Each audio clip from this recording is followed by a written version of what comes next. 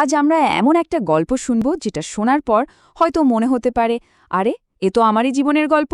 এটা হলো ট্যালেন্ট আর ডিসিপ্লিনড মাইন্ডের মধ্যে যে একটা চিরন্তন লড়াই চলে, তারই একটা দারুণ প্রতিচ্ছবি। আচ্ছা, মূল গল্পে যাওয়ার আগে আসুন সবাই মিলে একটা প্রশ্ন নিয়ে একটু ভাবি। জীবনে বড় হতে গেলে, সফল হতে গেলে শুধু ট্যালেন্ট বা প্রতিভা থাকলেই কি চলে, নাকি এর বাইরেও আরও কিছুর দরকার আছে? এই প্রশ্নটাই কিন্তু আমাদের আজকের আলোচনার একদম কেন্দ্রে থাকবে। আর এই লড়াইয়ের একটা জীবন্ত উদাহরণ হল আমাদের গল্পের নায়ক সজীব।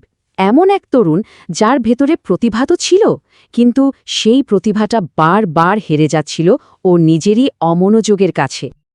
তো সজীবের সাথে একটু পরিচিত হওয়া যাক। ও ছিল যাকে বলে ব্রিলিয়েন্ট স্টুডেন্ট। ওকে দেখে সবাই বলতো এই ছেলের জীবনে অনেক বড় কিছু একটা করবে।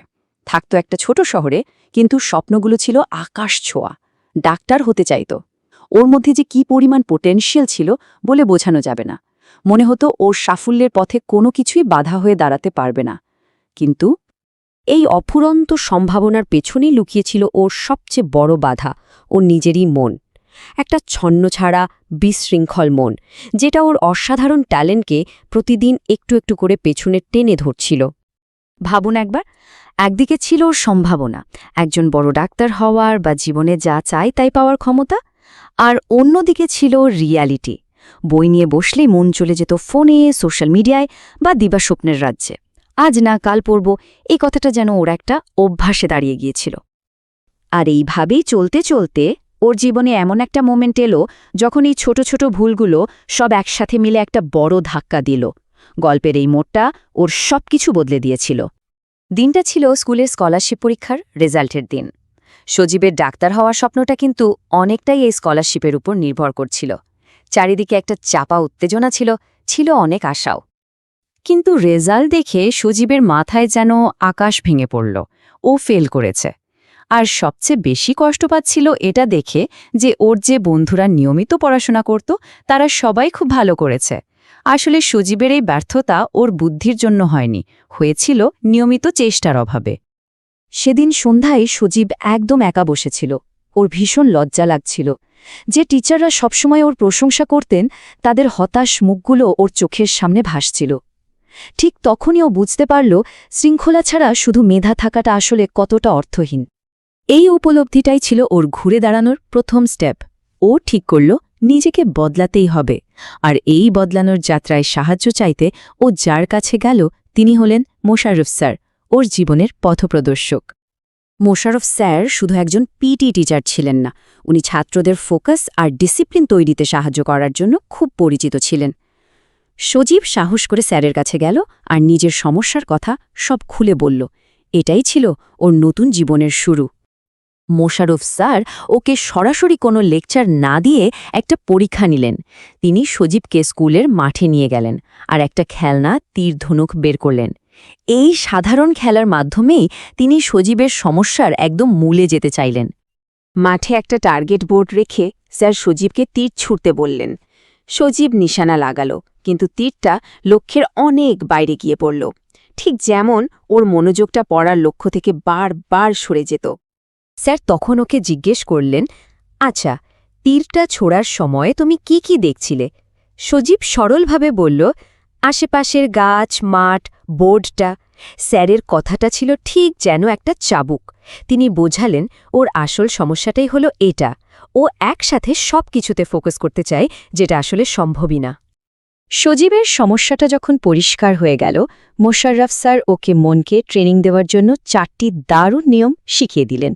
চলুন সেই নিয়মগুলো আমরাও জেনে নিই, যেগুলো শুধু সজীবের নয়, আমাদের সবার জীবনই বদলে দিতে পারে। প্রথমত, নিজের চিন্তাকে কন্ট্রোল করা। যখনই মনটা এদিক ওদিক চলে যাচ্ছে, নিজেকে মনে করিয়ে দিতে হবে, আরে এখন তো পড়ার সময়। একদম সিম্পল। দ্বিতীয়ত, একটা রুটিন বানানো। আমাদের ব্রেন কিন্তু একটা নিয়ম খুব পছন্দ করে। রুটিন থাকলে ব্রেনটা শান্ত থাকে। তৃতীয় নিয়মটা আরও কাজের। পড়ার সময় ফোন, টিভি মনোযোগ নষ্ট করার মতো যা যা আছে সব চোখের আড়াল করে ফেলা। তাহলে আর টেম্পটেশনই থাকবে না, তাই না? আর লাস্ট কিন্তু সবচেয়ে ইম্পর্টেন্ট যেটা, সেটা হলো রেগুলার প্র্যাকটিস। কারণ মেন্টাল ডিসিপ্লিন তো একদিনে আসে না, এটা অনেকটা মাসেল বানানোর মতো, রোজ একটু একটু করে চর্চা করতে হয়। সজীব স্যারের বলা কথাগুলো অক্ষরে অক্ষরে মানতে শুরু করল। তো চলুন এবার দেখি এই 4টে নিয়ম ওর জীবনে কি ম্যাজিকের মতো পরিবর্তন নিয়ে এলো, আর কিভাবে একটা পরাজিত মন শেষ পর্যন্ত বিজয়ী হয়ে উঠল। দেখুন, পরিবর্তনটা কিন্তু একদিনে আসেনি। প্রথম সপ্তাহে ওর খুব কষ্ট হচ্ছিল, মনটা বারবার বিদ্রোহ করছিল, কিন্তু ও হাল ছাড়েনি। 1 মাস যেতে ও দেখল ওর মনোযোগটা বেশ বাড়ছে। আর কয়েক মাস পর তো ও এমন পর্যায়ে চলে গেল যে ঘন্টার পর ঘন্টা একটানা পড়তে পারত। শৃঙ্খলা আসলে একটা অভ্যাসের ব্যাপার, যা সময়ের সাথে সাথে গড়ে ওঠে। আর এই কঠিন পরিশ্রমের ফলও ও হাতে হাতে পেল। কয়েক মাস পর আরেকটা বড় পরীক্ষায় ও শুধু পাসই করল না, একেবারে ফার্স্ট হয়ে গেল। এটা ছিল এক কথায় অবিশ্বাস্য একটা কামব্যাক। এখানে সবচেয়ে জরুরি বিষয় হল, সজীবের এই সাফল্যটা কিন্তু ওর ট্যালেন্টের জন্য আসেনি, এটা ছিল ওর কঠোর ডিসিপ্লিন আর ফোকাসের পাওয়ার। ও আসলে প্রমাণ করে দিয়েছিল যে শৃঙ্খলা থাকলে প্রতিভাকে সঠিক পথে চালানো যায়। স্কলারশিপে টাকাটা হাতে নেওয়ার সময় সজীবের মোশাররফ স্যারের বলা কথাটা বারবার মনে পড়ছিল। মনটা আসলেই একটা বুনো ঘোড়ার মতো, যদি একে কন্ট্রোল না করা যায় ও আমাদের যেদিকে খুশি টেনে নিয়ে যাবে, কিন্তু যদি ট্রেনিং দেওয়া যায় তাহলে এই ঘোড়াই আমাদের লক্ষ্যে পৌঁছে দেবে। সেই দিন থেকে সজীবের জীবনের একটাই মূলমন্ত্র হয়ে গেল, আগে নিজের মনকে শৃঙ্খলায় বাঁধো, তারপর দেখবে সাফল্য নিজেই তোমার পেছনে ছুটবে। সজীবের গল্পটা তো এখানেই শেষ, কিন্তু এবার প্রশ্নটা আমাদের সবার জন্য। আমরা কি আমাদের মনকে নিয়ন্ত্রণ করছি, নাকি আমাদের মনই আমাদের জীবনটাকে চালাচ্ছে? উত্তরটা কিন্তু আমাদের নিজেদেরই খুঁজে বের করতে হবে।